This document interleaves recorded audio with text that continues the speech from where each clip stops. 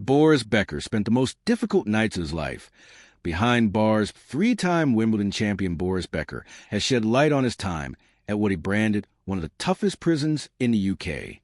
The retired tennis star served 8 months of a 2.5-year sentence after being found guilty of 4 charges under the Insolvency Act in 2022.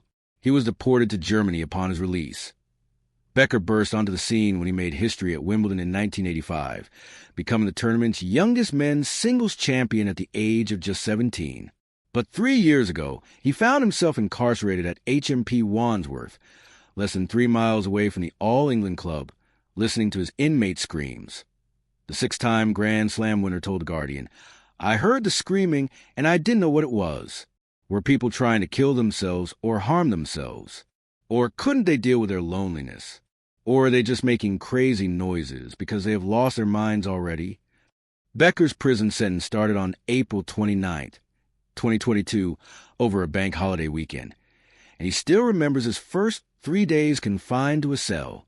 The 57-year-old added, "That Friday night until the Tuesday morning when I finally was let out to speak to the listeners, trusted prisoners who support new inmates, were the 3 most difficult nights of my life. You can't sleep because all of it is true. In jail, people do kill themselves, people do harm themselves, and people do go crazy. It's the harsh reality when you have never been to prison, and that's what your lawyers don't tell you before. Maybe not to scare you. HMP Wandsworth is probably one of the toughest prisons in the UK, so to be put into it was quite a shock." Becker spent part of his sentence in HMP Wandsworth before being transferred to HMP Huntingdon, a Category C prison for foreign nationals. It's easier said than done, but you have to find a way. Time is your enemy inside because the clock ticks very slowly.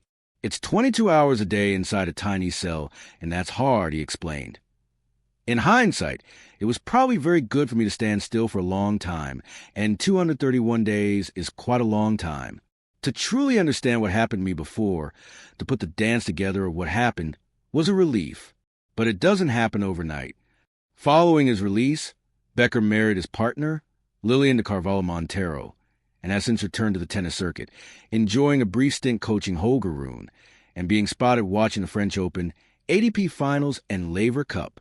The 57-year-old also appeared at the Davis Cup Finals in Bologna this week for a special tribute to the late Nico Lapidus.